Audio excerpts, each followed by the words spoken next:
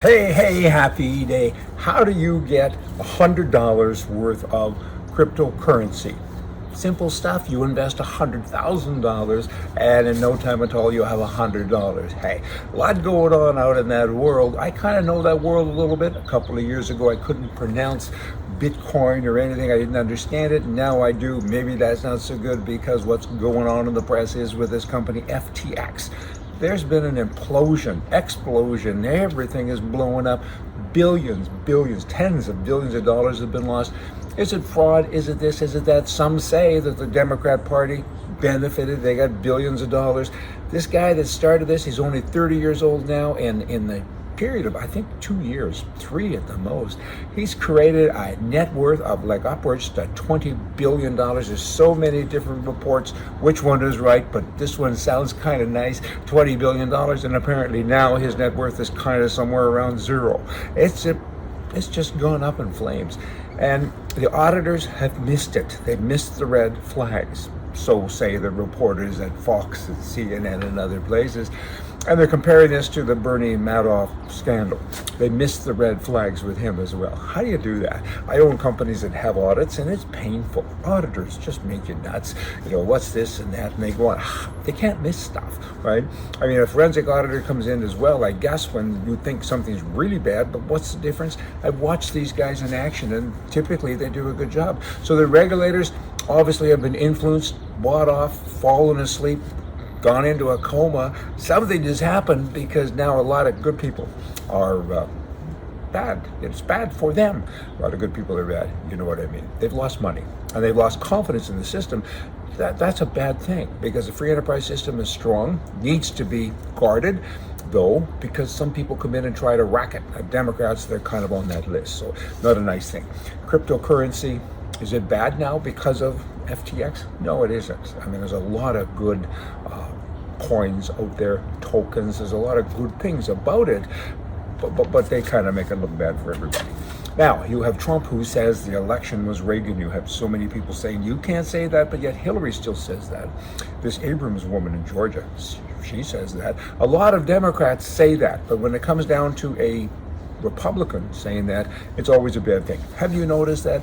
All you Canadian viewers, I'm Canadian and kind of American too, but it's we get a lot of traffic from Canada, and thank goodness, welcome, because I'm from the West, from the prairies, and I wanted to share this with you. There's a town in Texas that's called Canadian.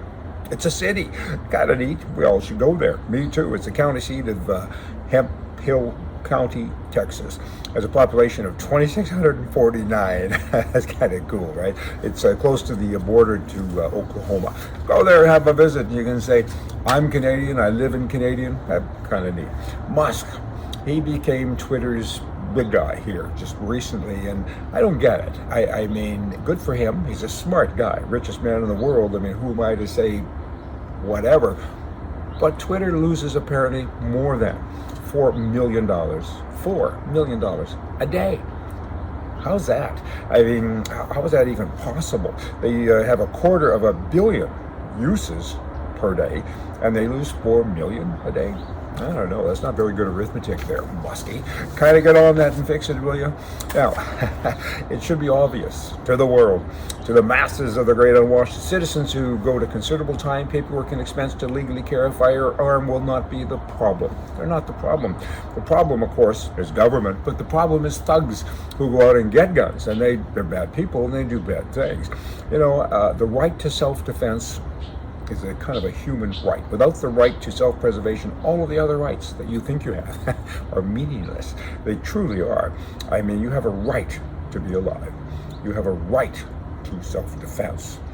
And when governments say that you may not possess a weapon, it's ludicrous. It's insane, because you do. You have the right to self-defense. You have the right to be armed.